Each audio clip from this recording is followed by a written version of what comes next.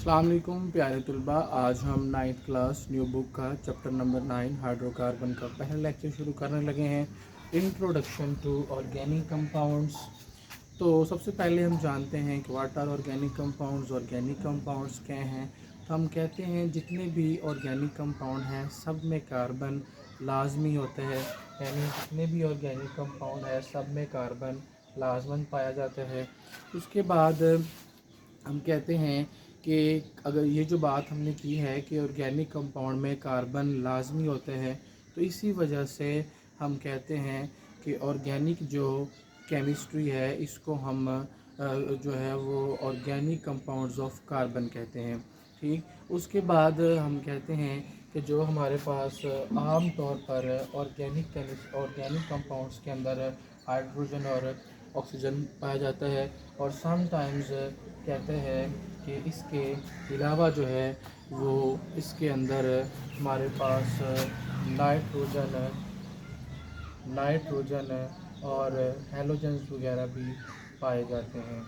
ठीक है, उसके बाद जितने भी ये जो ऑर्गेनिक कंपाउंड्स हैं इनको हम ये लिविंग ऑर्गेनिजम्स के अंदर पाए जाते हैं, मेडिसिन वगैरह के अंदर, प्लास्टिक के अंदर, एवरीडे प्रोडक्ट्स के अंदर इसको हम जो है ये पाए जाते हैं।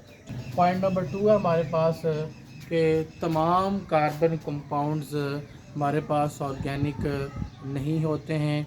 कुछ जो हैं वो हमारे पास इनऑर्गेनिक कंपाउंड्स भी कार्बन पर मुश्तमिल होते हैं, जैसा कि हमारे पास आ जाता है कार्बोनेट्स आ जाते हैं, जैसा कि हमारे पास कार्बोनेट्स आ जाते हैं। कार्बोनेट्स की एग्जांपल मैं जस्ट देता हूँ CaCO3। ठीक है, उसके बाद साइनाइड्स आ जाते हैं। अब साइनाइड्स की एग्जांपल है जैसा कि सोडियम साइनाइड।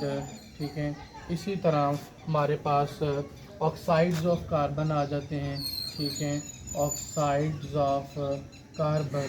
अब ऑक्साइड्स ऑफ कार्बन में हमारे पास जैसे कार्बन मोनोऑक्साइड है, जैसे हमारे पास CO2 है। ठीक है, इसी तरह हमारे पास कार्बाइड्स आते हैं। ठीक है, अब कार्बाइड्स में हमारे पास जैसे CaC2। ठीक है, कैल्शियम कार्बाइड। तो ये सारे हमारे पास कार्बन पर मुश्तमिल हैं, मगर हम इन्हें जो है वो इन और ये जो कार्बन पर मुश्तमिल ऑर्गेनिक कंपाउंड्स हैं इन्हें हम ऑर्गेनिक कंपाउंड नहीं कहेंगे, बल्कि ये सारे आयनिक कंपाउंड्स हैं और ये इनऑर्गेनिक कंपाउंड पर मुश्तमिल हैं। ठीक है, और अगर हम ये देखें कि ये ऑर्गेनिक कंपाउंड क्यों नहीं है, ये इनऑर्गेनिक कंपाउंड है, ऑर्गेनिक कंपाउंड क्यों नहीं है, क्योंकि इनका जो स्ट्रक्चर है और कैरेक्टरिस्टिक्स हैं वो ऑर्गेनिक केमिस्ट्री से मुख्तलिफ होती हैं। ये है, ठीक है, RNA है। ठीक है, उसके बाद कार्बोहाइड्रेट्स वगैरह हैं। ठीक है, उसके बाद आपके पास मेडिसन है। ठीक है, उसके बाद आपके पास डिफरेंट जो हैं वो पॉइंट नंबर इसका 3 आपके पास आ जाता है जी कि diversity of organic compounds, organic compounds की डाइवर्सिटी। तो आप कहते हैं कि मिलियंस जो हैं वो millions of organic compound exist करते हैं। ठीक है, मिलियंस यानी लाखों की तादाद में ऑर्गेनिक कंपाउंड पाए जाते हैं, और यही वजह है कि मुख्तलिफ़ अक़साम के होते हैं, और कुछ कई ऐसे भी हैं जो कि हमारी लाइफ के लिए ज़रूरी जो है वो फंक्शंस या अफ़ाल सर अंजाम देते हैं। जैसा कि हम कहते हैं हमारे पास प्रोटीन है। ठीक है, आपका DNA है। ठीक है, इसमें शामिल है। उसके बाद RNA है। ठीक है, इसमें हमारे पास कार्बोहाइड्रेट आ जाते हैं।